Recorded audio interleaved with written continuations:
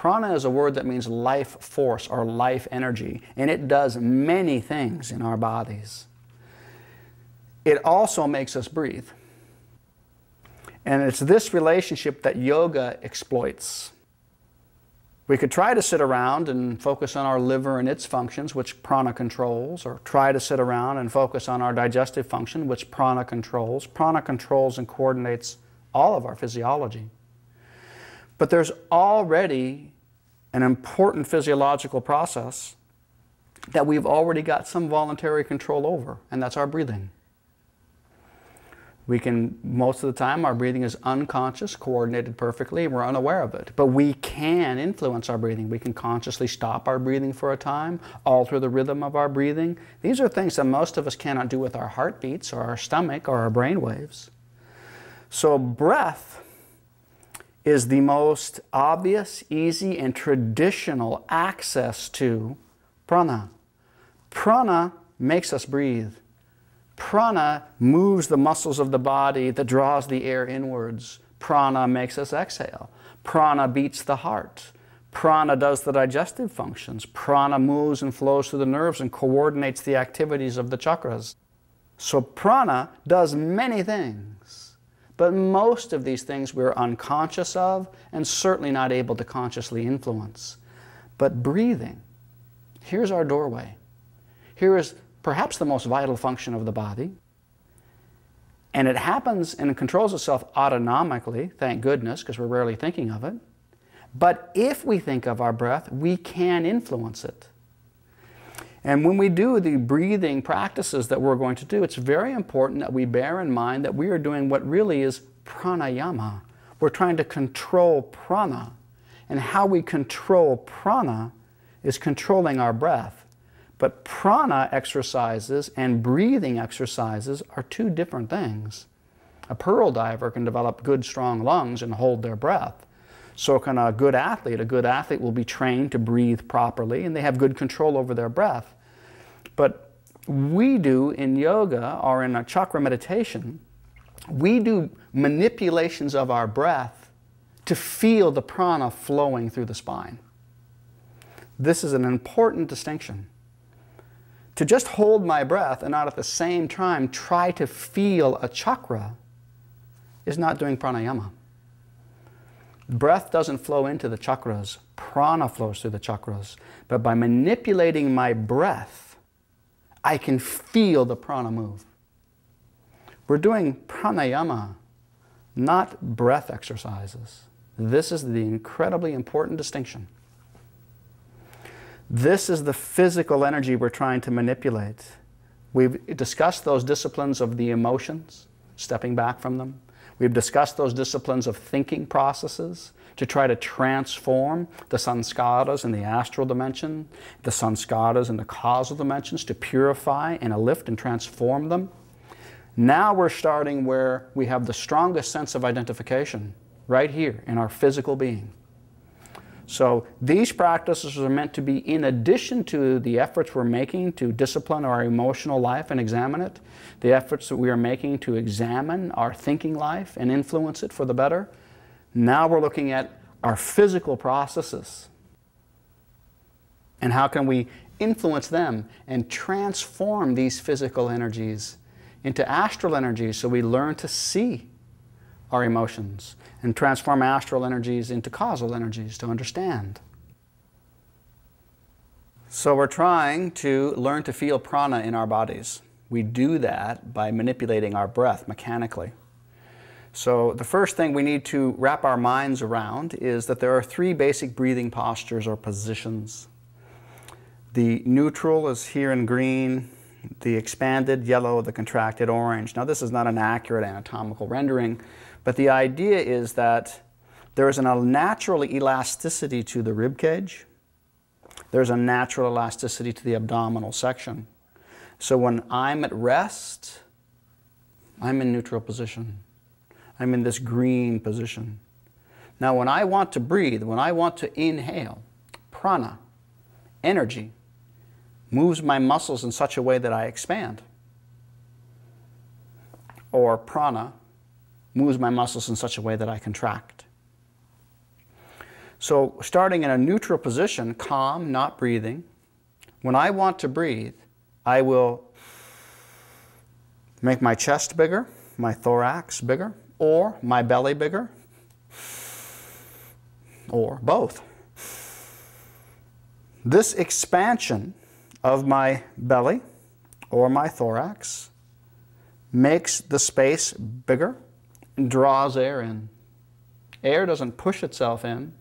Air is drawn in by a vacuum that is created by expanding my chest or expanding my belly. It is prana that does this. When I relax, I'm in a state of expansion. If I relax, the natural elasticity of my rib cage or in my abdomen falls back to a neutral position. I don't need to muscle my way back to neutral. I fall back to neutral passively. That took an effort. It takes no effort to fall back to neutral. I can also move from neutral to more compressed than normal. This changes the size of the breathing space and air is forced out. I'm neutral.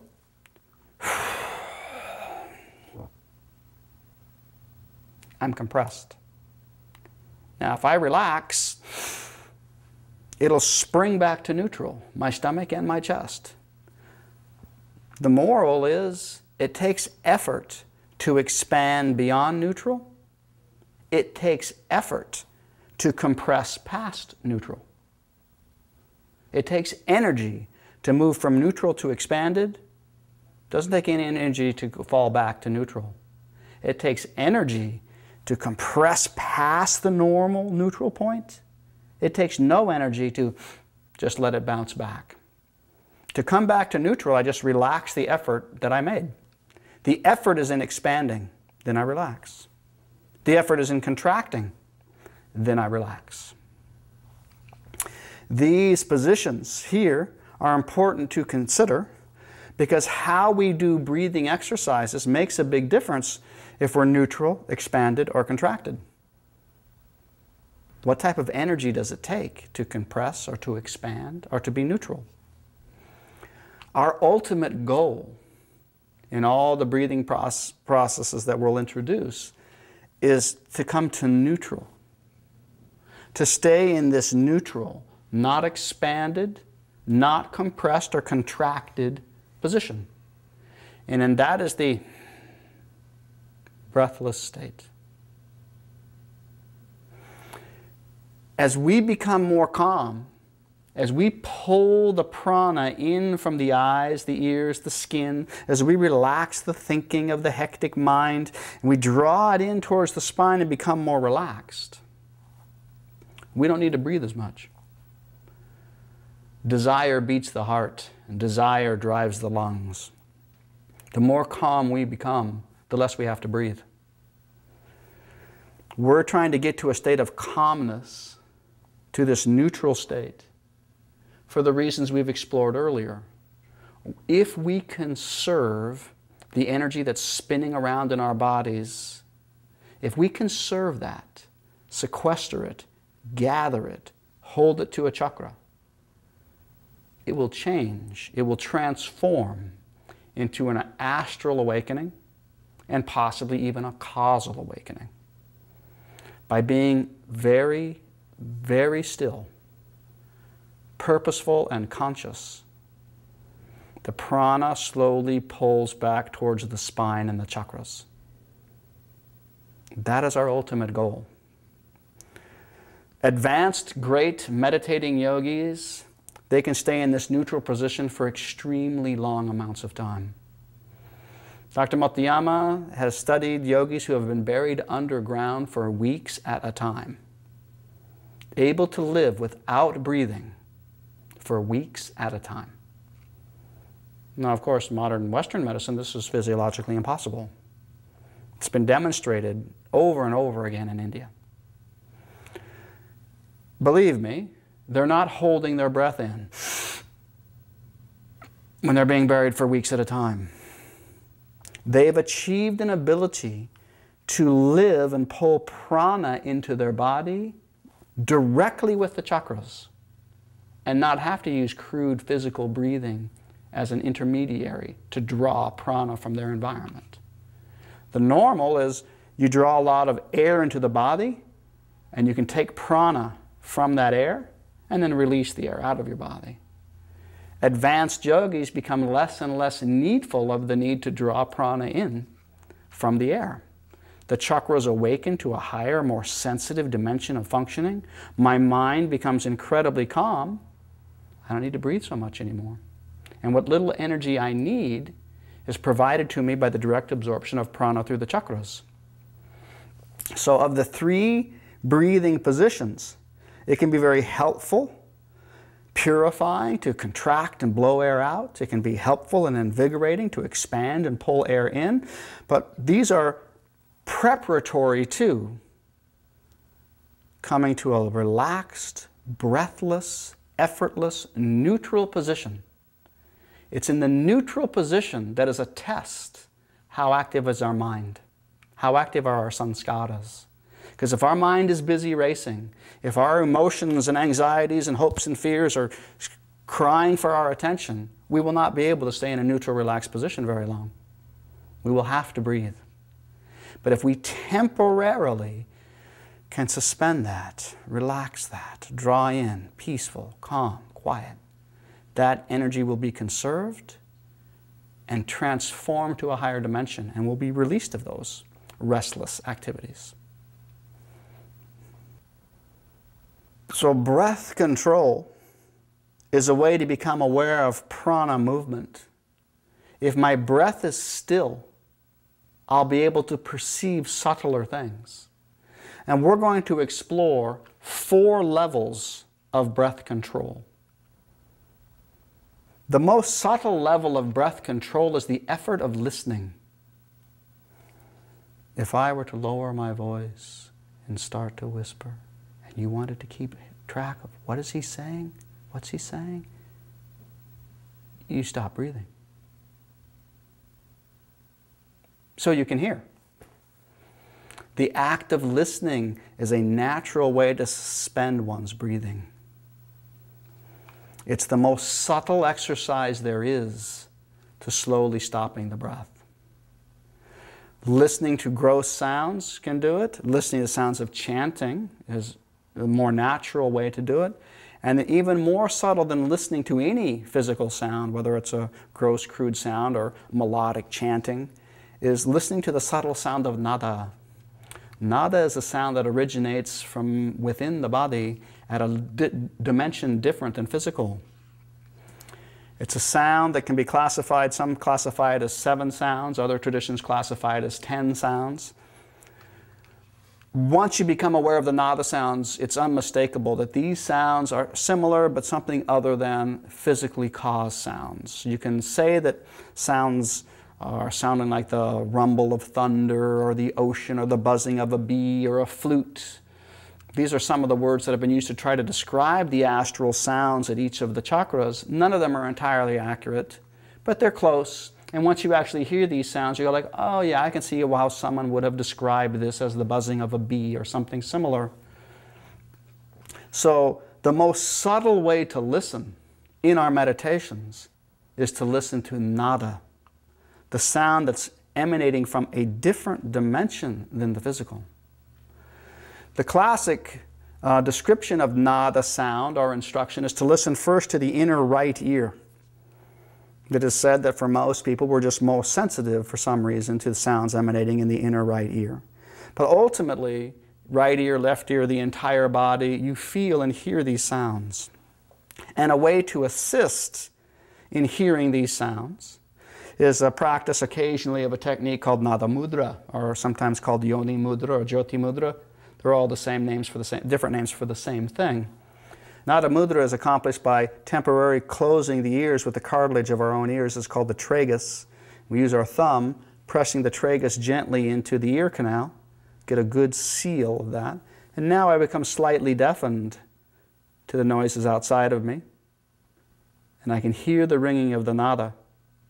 And if I close my eyes and rest my fingers on my eyelids gently, that also helps me become still. Eye movement being restless, if I gently touch my eyes helps my eyes become still and my thoughts become still. But the essence of Nada Mudra is this position, thumbs into the tragus, fingers resting comfortably.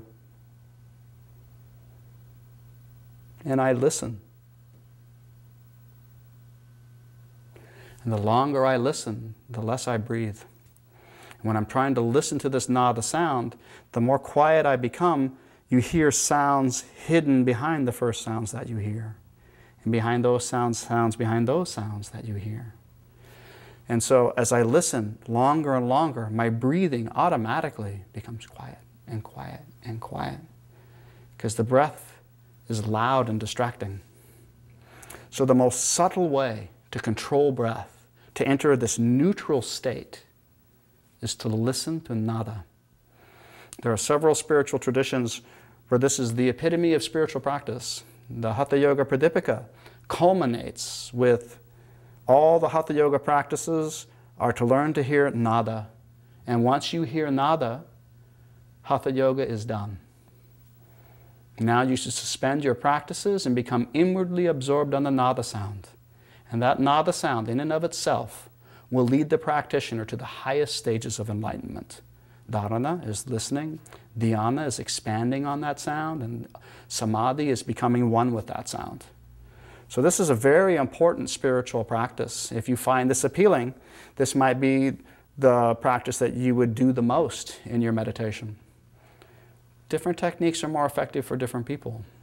So no need to feel slighted or inadequate if somehow the nada sound is not as easily heard by you or doesn't feel particularly moving to you. The reason why we have a variety of breath controls that we're suggesting here is literally as different strokes for different folks. The commonality is we're trying to achieve a focused, effortless, breathless position. And this is a way to get there. Listening. First chanting, and then drawing inwards and hearing this sound. If you do Nada Mudra, you don't need to do it continuously, but if you do Nada Mudra enough in your meditations, resting your arms when you need to, after a while you don't need to do Nada Mudra anymore to hear these sounds. You just put your mind in that place and you become quiet, and it's there, underlying all these gross physical sounds. And the breath becomes quiet, the mind becomes quiet, and we're on our way to feeling prana move and awakening our chakras. So breath control. First step, the most subtle way to control breath is listening, particularly to Nada Mudra. Second level of breath control is a use of a technique, Hamsa or Soam Mantra. This is the second of the four ways we're going to describe to gain a control over the breath to feel the prana. Hamsa or Soham, because of rules of the Sanskrit language, when you say it hum first, it's sa. When you reverse it, for reasons I won't elaborate on, it becomes so, hum. But it's the same mantra, it's the same sound. So Hamsa or Soham is saying backwards or inversion, the same mantra. This mantra is done in this way. Rather than the attention being primarily on nada sound, what I might hear or become absorbed with, I focus on the movement of the breath, the crude physical breath in my body. And when I'm sitting still in neutral, getting calm and calm and calm, I'm waiting for my inhalation. And when the inhalation comes, I don't impede it, I don't lengthen it, I'm non-attached to its movement. But when it comes, I mentally say hum. And when the air falls out, I mentally say sa. And now I'm waiting again in that breathless state. Quiet, quiet. I feel the urge to breathe. I don't fight against it. And when it comes, I follow it with my mind. Hum. Sa. I wait, I wait, I wait. Hum on the inhale, sa on the exhale. Slowly, bit by bit, the breath becomes smaller and smaller and smaller, and there's longer and longer periods of time between them. Patanjali describes this as dropping a drop of water on a hot stone, and it slowly shrinks from all sides until the breath disappears. The inhalation gets smaller, the exhalation gets smaller, and there's longer and longer time in between. And as we keep focused on this mantra, the breath becomes quieter and we enter this neutral state for longer and longer and longer and longer. Now, the reciprocal use of this mantra is to say so on the inhale rather than hum. So on the inhale, hum on the exhale. The technique is the same. I focus and I wait. I feel my breathing. And when the inhalation comes, I don't fight against it. I just so, hum, and I wait. So on the inhale, hum, and I wait. So the technique here is the same, but as the notes make reference to, why we might at any time prefer Hamsa as opposed to so hum is Hamsa tends to lift Shakti up to a chakra. So hum tends to descend the energy down and consciousness into the body. Now our goal is to unite Shiva and Shakti. So depending on where our energy balance is, we might find on any given day we need to bring energy and consciousness down to get calm and strong. We would choose the So Hum mantra because that draws energy down as I get quiet. If sluggish, inert, don't have much energy, I'm the opposite of overactive, I might want to choose Hamsa because hum is very slightly stimulating and draws energy up as I get quiet. The only way to decide how and when to do this is having experience with both mantras. We will suggest this later in techniques of meditation, but ultimately you become very familiar with, well, do I need milk or water? Do I need to get warm or get cold? In the beginning, we just practice Hamsa for a while and feel what it's like with that mantra. How does it energetically affect you as you become breathless? And then experiment with So Hum mantra. How does that energetically affect you as you become breathless? And then with practice, like anything, as you become familiar with it, it becomes a natural and instinctive thing. I'm going to use Hamsa to bring this energy to here, or So Hum to bring this energy to here. We're trying to unite always Shiva and Shakti. But sometimes we need to assist the descent of Shiva energy downwards more to where Shakti is. Other times, we need to assist drawing Shakti up to where Shiva already is. So Hamsa, So Hum mantra. They both lead us ultimately to the same place, quiet, breathless absorption. But one might be more efficacious at one moment in time in your meditation practices than another. An example to feel this, and I encourage you to do this, just in this brief discussion, sit still, sit calm, close your eyes, and let's focus on Anahata Chakra, your heart. And when the breath comes in, feel how the inhalation alters your perception of your heart. And when the breath falls out, feel how that alters the perception of the heart. So we're focused on Anahata Chakra, the heart, trying to be as calm as possible. And when the inhale comes, feel how the heart is affected by the inhalation. And when the exhale falls out effortlessly, feel how the heart is affected by that. And when you're not breathing at all, no urge to breathe, feel how restful that place is.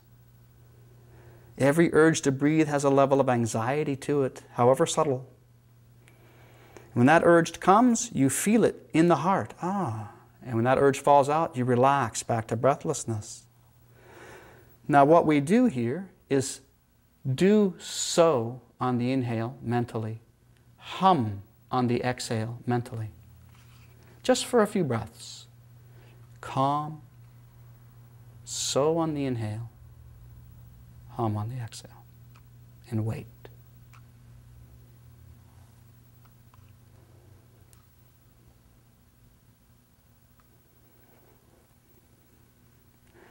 Now contrast that with this. Do everything the same. Calm, feel your heart, but say hum on the inhale and sa on the exhale.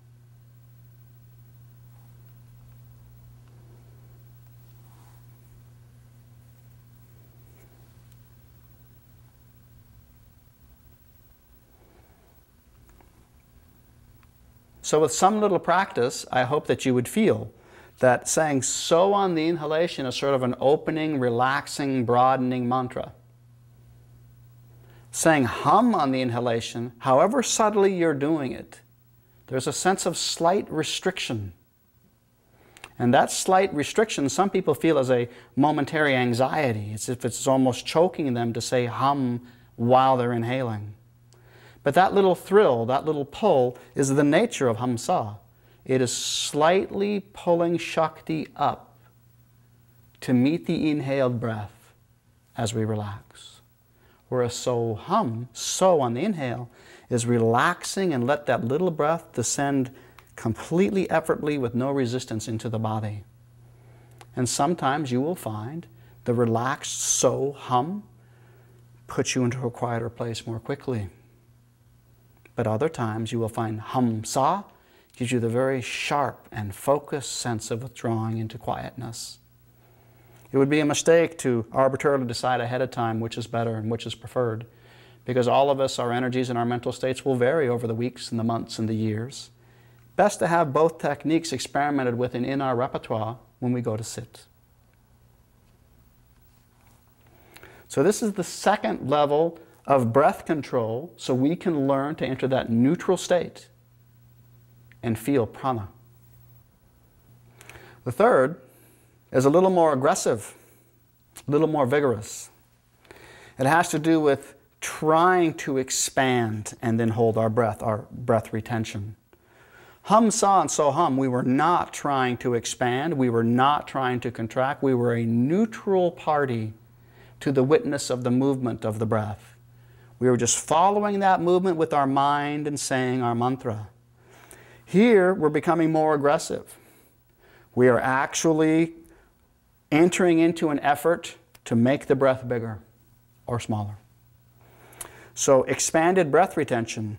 There are two forms of expanded breath retention. I'm neutral. I can expand my belly, or I can expand my chest. There's two different parts of my body I can expand to make the breath bigger. Or a full breath would be both. That's my belly and my chest, my abdomen and my thorax, abdominal breathing, thoracic breathing.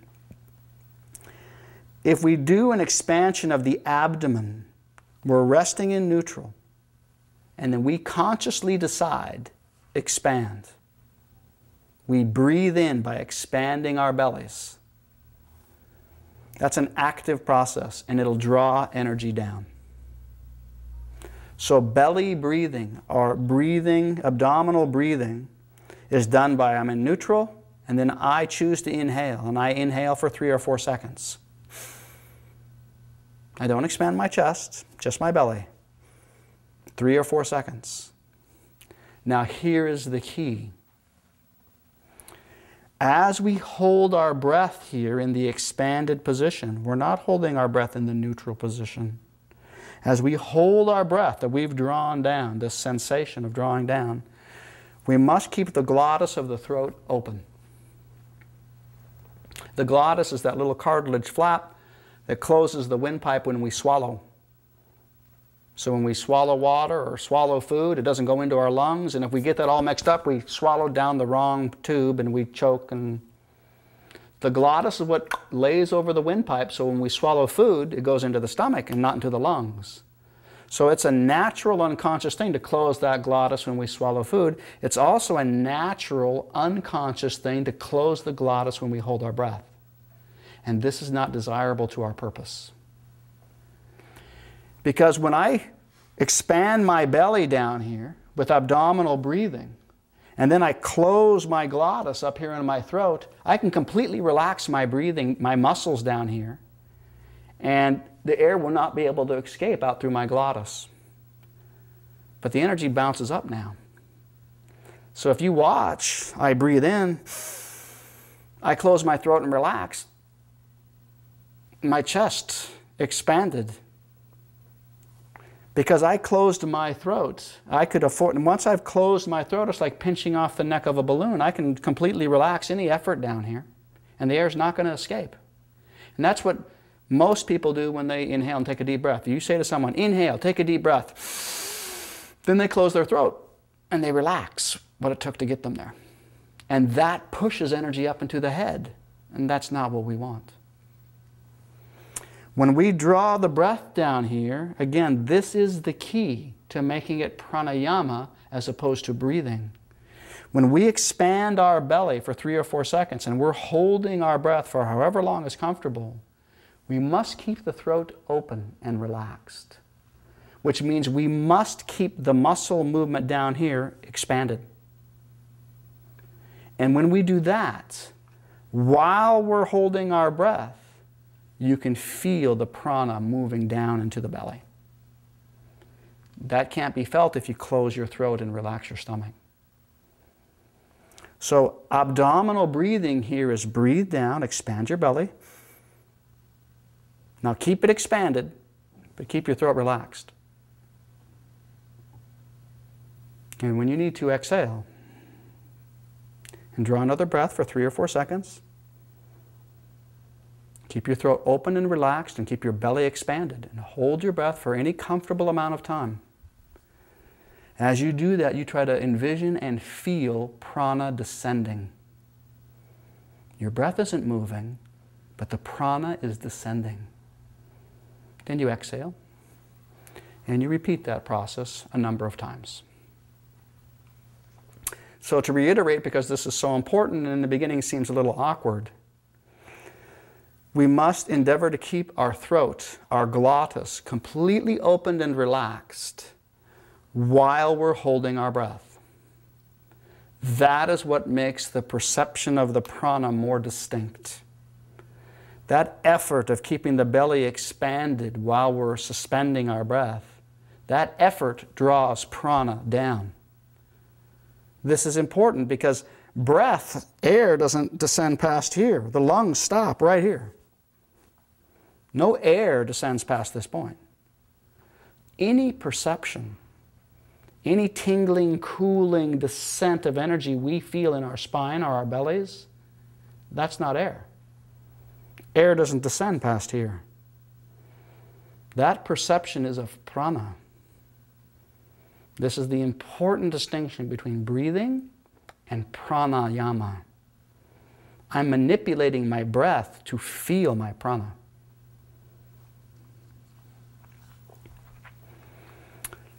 Expanded breath retention can be done with the belly the way that we've described, and that will draw the energy down. But expanded breath retention can also be done with chest or thoracic breathing that brings the energy up. And it's done in exactly the same way. I expand my chest now instead of my belly. And when I hold my breath, I keep my throat open.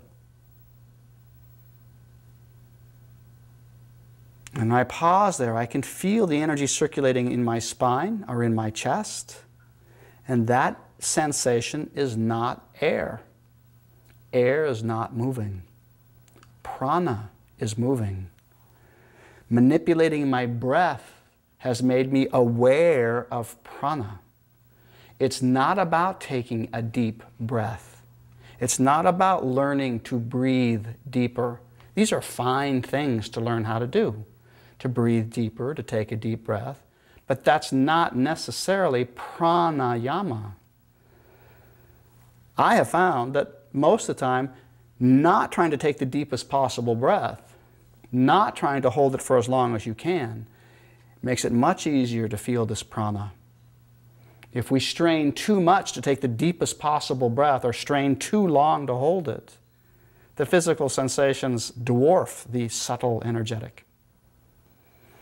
So this is a different version of expanded breath retention. I can expand my belly and hold it, drawing energy down with my throat open. Or I can expand my chest and hold it, drawing energy up with my throat open. And again, compared to listening to the nada sound, or the passive hamsa, so hum of the previous technique, this is a rather active, stimulating, and aggressive type of technique. But it can be very useful Taking a few deep breaths like this and doing these practices can make it much easier than to relax and get completely calm.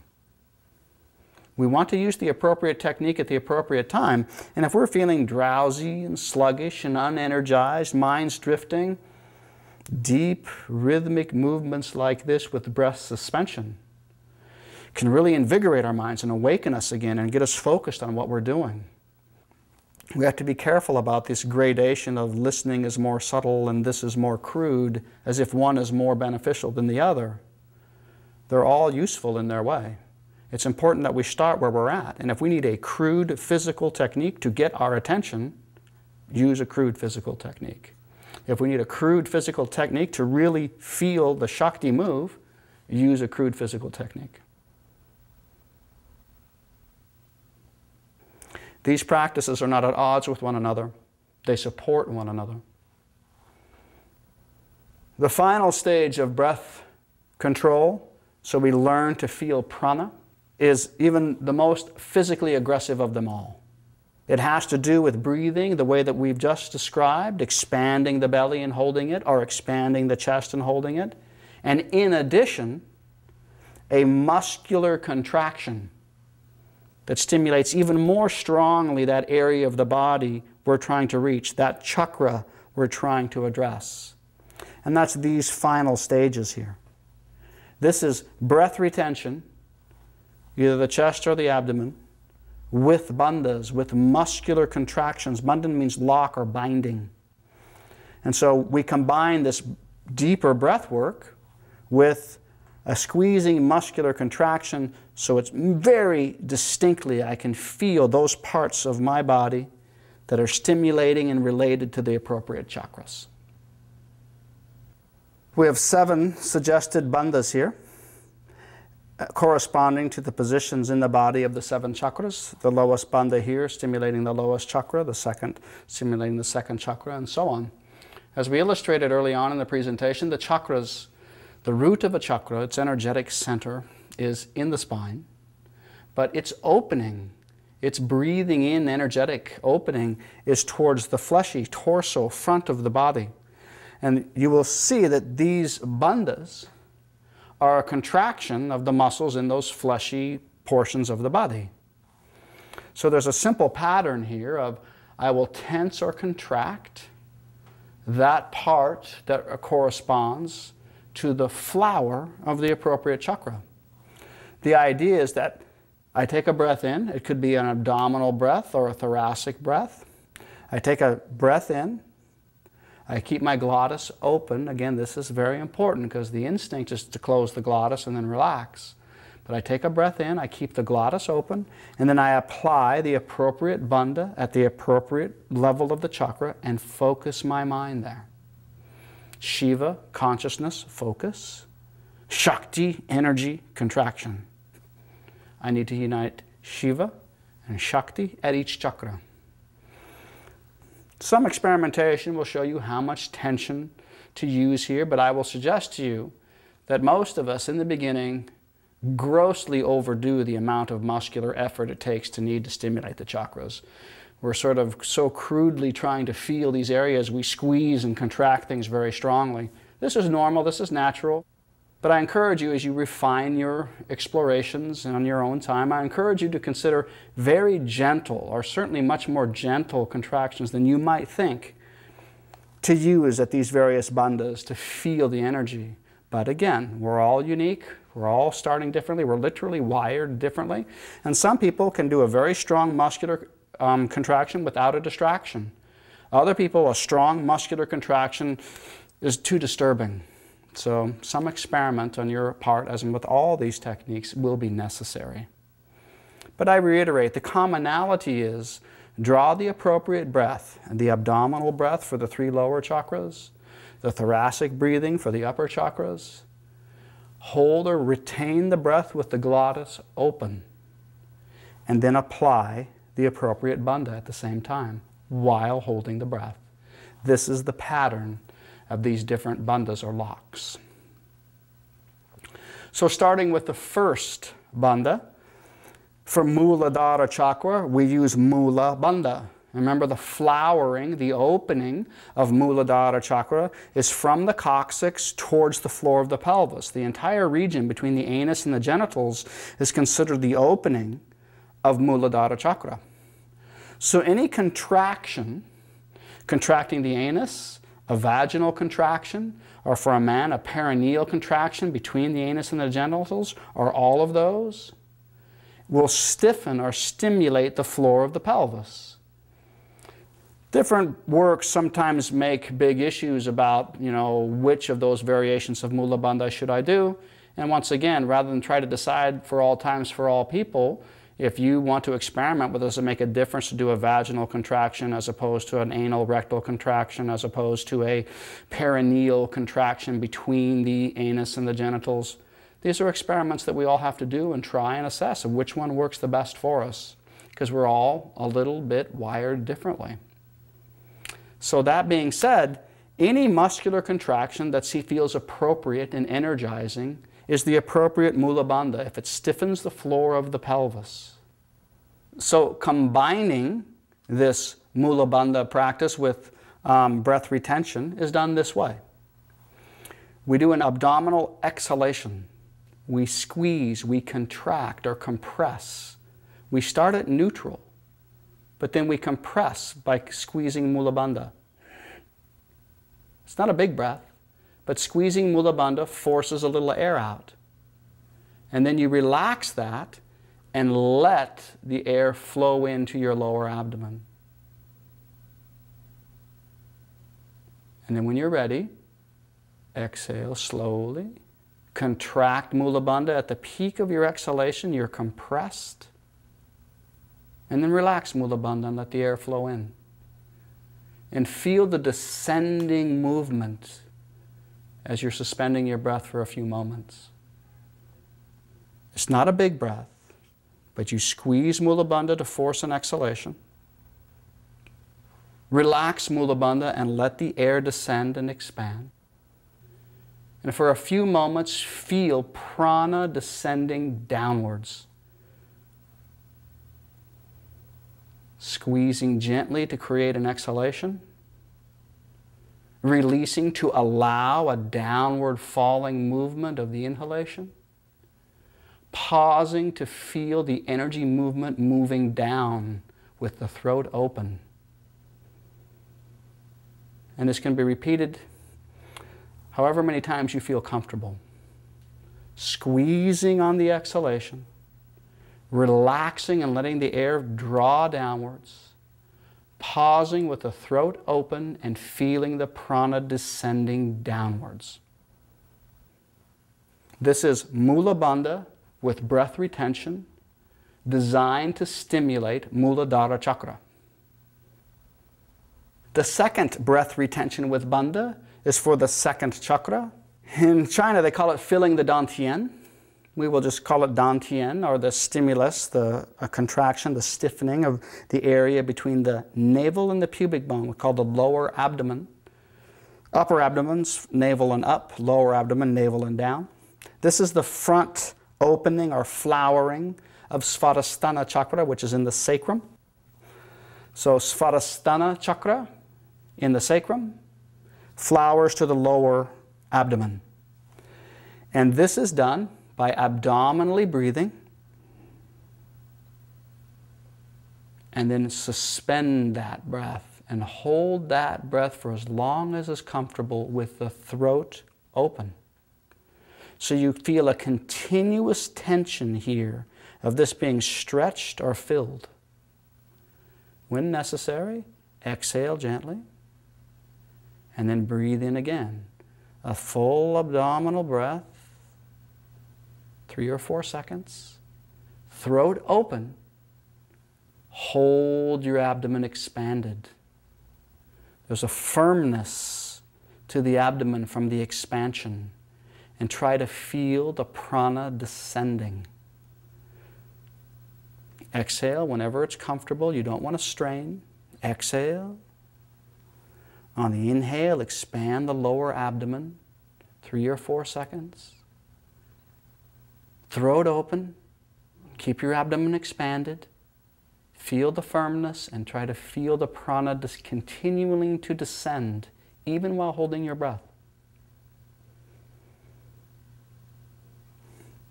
And this can be done in continuous cycles. Inhaling for 3 or 4 seconds. Hold the breath with the throat open. Feel the gathering of the heat or the subtle tension in the second chakra. Exhaling whenever it's comfortable. It shouldn't be strained. It shouldn't be big. We're not going breathing exercises here. We're not trying to take the deepest breath. We're trying to generate a subtle tension and downward movement of prana, which is something other than breathing. And again, I stress and emphasize, if this exercise is at all successful, if you feel any sensation of gathering heat or coolness or a flowing, gathering movement down here, that is not air. Air does not descend past the diaphragm. That is a perception of prana. We're not doing breathing exercises, we're doing pranayama. And that is doing breath retention with the bandha for the second chakra, or in Chinese, that's called filling the dantian. Obvious name, once you've experienced it, you have the sense of filling and drawing prana and swelling and engorging this area with extra prana to awaken it, to become conscious of it. Moving on to the third technique of breath retention with bandha for the third chakra. This is traditionally called Uddiyana bandha. Uddiyana means flying upwards. This is a strong technique to pull Shakti upwards. And this is done by breathing abdominally, focused on the third chakra, focused on the upper abdomen. It's difficult to isolate the upper abdomen with your breathing, but you mentally focus on the upper abdomen while expanding the abdomen with the breath. So we draw down with abdominal breathing as before. We keep the glottis open as before. But while we're holding our breath, we pull the belly back in towards the solar plexus, or back in towards the spine, back in towards Manipura chakra. So it's almost as if you're making a dual effort. You drew the energy down on the inhale, you're still drawing down, but you're also pulling against it. And that's what's stimulating to Manipura chakra. Drawing the Shiva consciousness and energy downward with that downward drawing breath. Keeping the throat open and pulling. Contracting gently, Uddiyana, back towards the spine or the solar plexus area. These compressive forces gently cup or support or press the Manipura upper abdominal area, stimulating Manipura chakra. And once again, I emphasize, if you try to take the deepest possible breath that you can, it'll probably defeat the purpose. If you try to hold your breath too long, it'll probably defeat the purpose. If you try to pull too aggressively, that will probably defeat the purpose. Subtlety is the key to pranayama. A gentle drawing of the breath, a gentle contraction while holding the throat open, and then an exhalation. This particular bandha is so strong, you might not be able to do it continuously. So if you find that it's more beneficial to take a breath, hold the breath with the throat open, and pull the abdomen back towards the solar plexus, if you find that kind of winds you a little bit, that's normal. Just relax. Let your breath get back to normal, to calm. And whenever you're ready, a few moments later, do another breath. So unlike these first two that we've explored, this one, Uddiyana bandha for the third chakra, you might not feel comfortable doing continuously one breath after another. It might be take a breath, do the bandha, release the breath, wait until you're calm. So you might have spaces or pauses of effort in between the repetitions that you choose to do. I wouldn't encourage you to do more than maybe 7 rounds of Uddiyana bandha at one time. Of course, if you're an experienced practitioner and you're comfortable with meditation, you're going to do however many rounds feels comfortable to you. But as a beginner, I don't think it would be necessary to fatigue yourself beyond that number. It's about subtlety, not athleticism.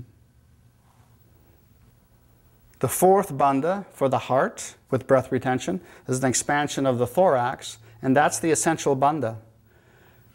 We've been breathing down for these previous 3 lower bandhas, 3 lower chakras. Now for the first time, we're actually going to expand consciously the chest and the abdomen all at once. It's a full and complete breath. And again, we don't want to emphasize, is it the deepest breath you ever had? It's not a breathing exercise, but it's not restricted any longer to the abdomen. And we want to include consciously the expansion of the thorax, the expansion of the chest. In addition, we want to engage the glottis a little more actively now, that little fold of cartilage that we've been holding open in our practices. Now we are going to purposely half close it. This will actually make a sound as the air is drawn in if we do it aggressively. If I were to exaggerate it, it'd sound like this.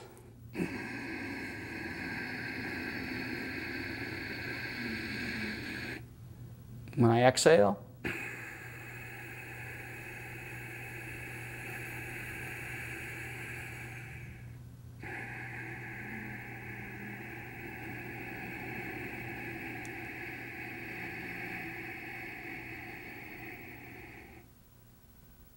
I hold my chest open.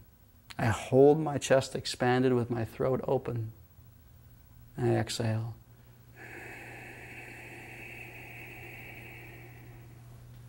I inhale.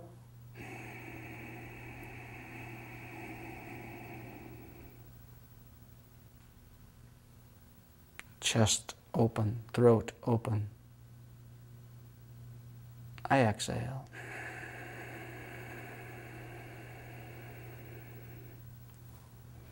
That half closing of the throat, that's ujjayi breathing.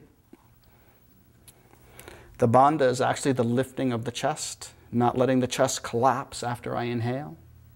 So I inhale, lifting and expanding my chest. For as long as I hold my breath, I keep my chest lifted. And then I exhale. The lifting of the chest, this is the bandha. This muscular effort and movement. And I exhale. Using ujjayi disciplines us to draw that breath very gently and with control and relaxes the nervous system and the bronchial restrictions around the heart and the lung. So it doesn't have to be a long inhalation, but smooth. If you make it too long, you won't have any energy left to hold your breath. But a smooth inhalation. The sound can be incredibly quiet. Maybe only you could hear it. I exaggerated it so you could hear it. But a slow, gentle. And then in this expanded state, you try to feel the prana. And this is what's unique about this particular chakra. You try to feel the prana radiating out from this space. Most of our other bandhas sort of pull and gather and focus a prana in an area. But the heart is unique. And so when you focus on the heart, you don't try to necessarily have to draw your attention to a laser focus. You actually want to feel this prana riding and swelling out from your chest and your arms and your legs and your hair and your eyes and your face. So that makes this a rather unique practice among these bandha practices. Whereas the other bandha practices sort of have the intention of drawing our focus inward to a narrow spot, the opening on the heart is this spreading from here, feeling and sensation. The yoga textbooks describe that as feeling the prana from your toes to the roots of your hairs. So focusing on the heart is really trying to feel this vibratory warmth and feeling spreading over the entire body. So that's kind of unique in the bandha practices of the 7 chakras that we do. this sort of expanding from the heart feeling rather than gathering towards the heart feeling. So that's the fourth bandha with breath retention. The fifth bandha with breath retention is for the fifth chakra, for Vishuddha chakra. And this is now we finally get to close the glottis. What's such a natural, instinctive thing to do. So we would take a deep breath. Don't have to use the Ujjayi breath or anything, just a normal 3 or 4 seconds to inhale.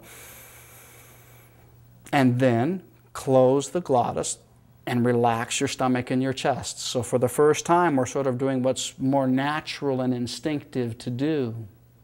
It's sort of unnatural or certainly untrained to keep your belly distended while you're holding your breath or to keep your chest up while you're holding your breath.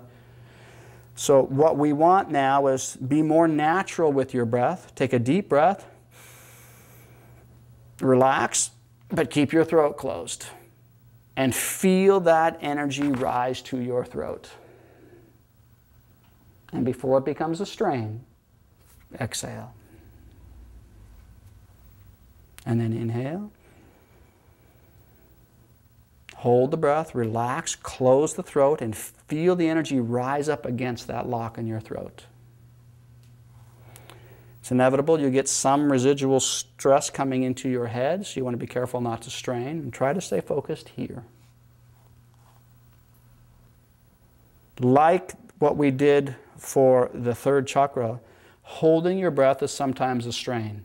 And if you don't find it comfortable to repetitively inhale, hold your breath, exhale, inhale, hold your breath, exhale, if that becomes a nuisance and a strain, it'd be better to take a breath, hold your breath, exhale, and just pause for a few moments, let your breath return to normal, and then do it again. So it need not be continuous the way some of the other ones are. If you're more comfortable with it, you might find it more valuable and easy. Just do it once. Relax, let your breathing get to normal. It won't take long, just a few moments, and then do it again. So it needn't be continuous. The focus is on Vishuddha, the throat. So that's the fifth bandha with breath retention. The sixth is for the sixth chakra, Jalandhara bandha. The sixth chakra, the base of it is here at the base of the skull, where the spine enters into the brain. The flower or the opening is here. So in Jalandhara bandha, for the sixth chakra, we have a strong visualization in this one. And that is, as we inhale, we envision this energy coming up from the tailbone. We imagine Shakti rising with the inhalation right to the base of the skull. So I inhale, takes 3 or 4 seconds, and I feel that energy rise to here.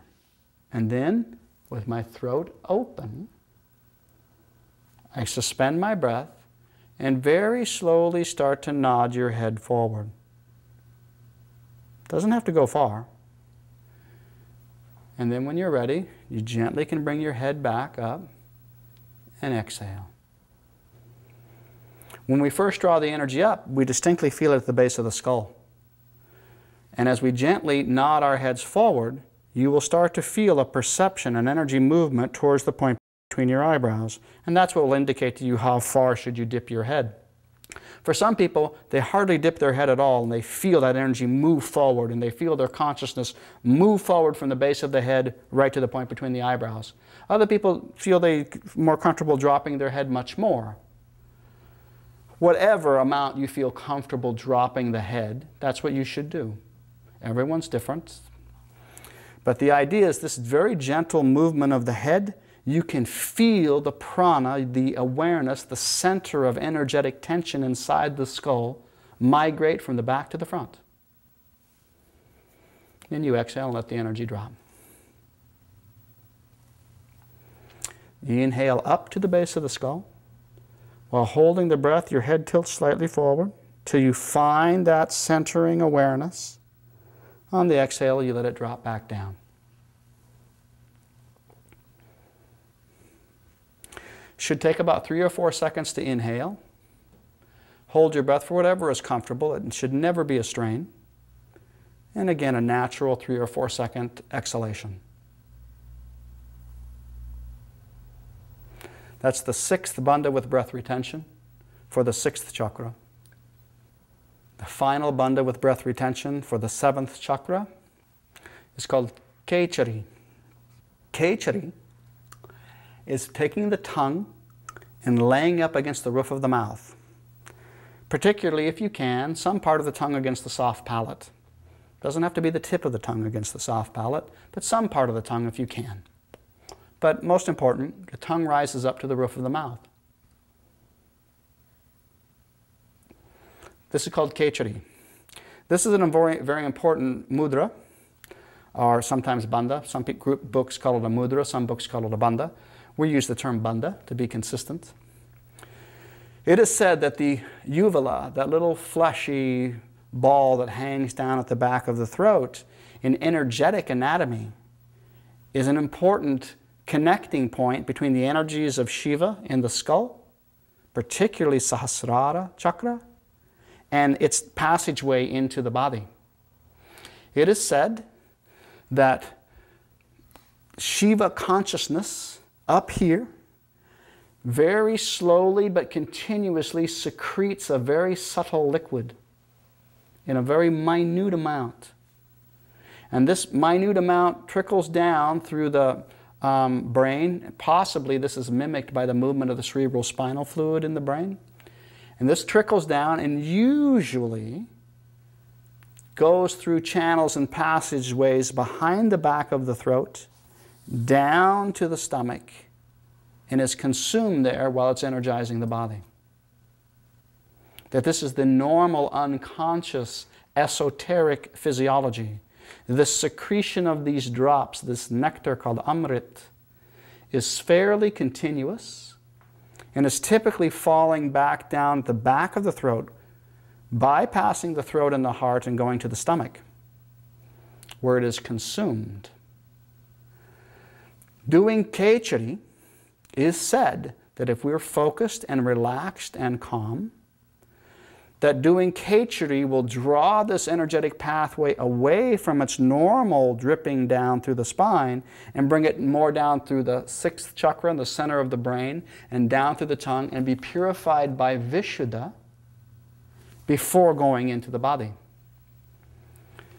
I speculate that this purification means that by not letting this amrit, this extra energy consciousness, go through the normal habitual sanskara pathways, but by letting it come to the throat first, it doesn't just reinvigorate our old unconscious habits, that this energy can be used and transformed with new habits, new thoughts, and new ideas. That's what it means to purify at Vishuddhi, or Vishuddha. So Kechari Mudra, like all of these techniques, it will take some experimentation to see what's comfortable for you. It shouldn't be awkward or difficult or a strain. But the tongue is raised up to the roof of the mouth. And then you feel this energy slowly descending from the crown of your head through your throat area to the 5th chakra, and from there slowly being distributed and dispersed. And this is the meditation on the 7th chakra. It's not a vigorous breathing exercise like the others, but it is an effort of sorts, raising the tongue up.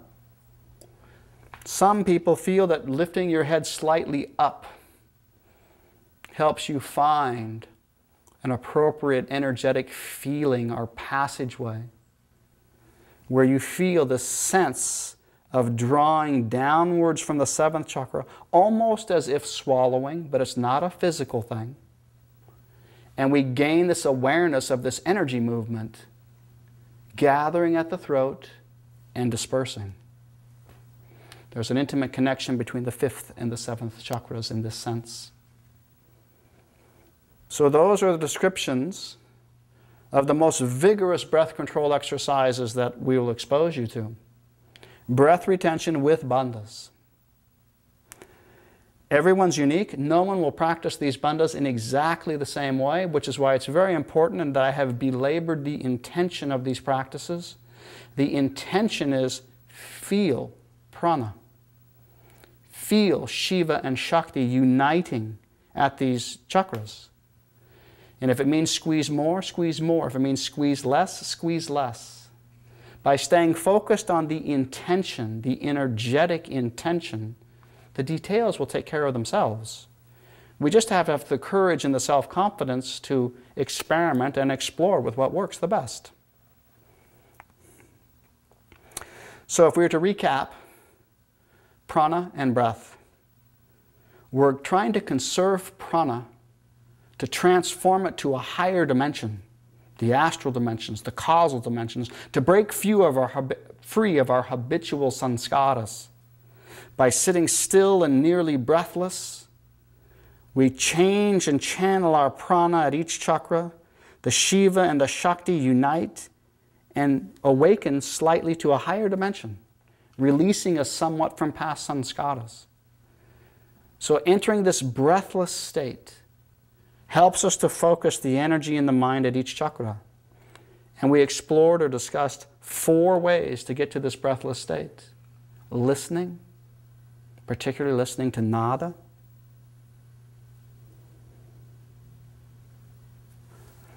Hamsa, our Soam Mantra, following the breath with a mental mantra and enjoying the breathless, neutral state, focused on a chakra.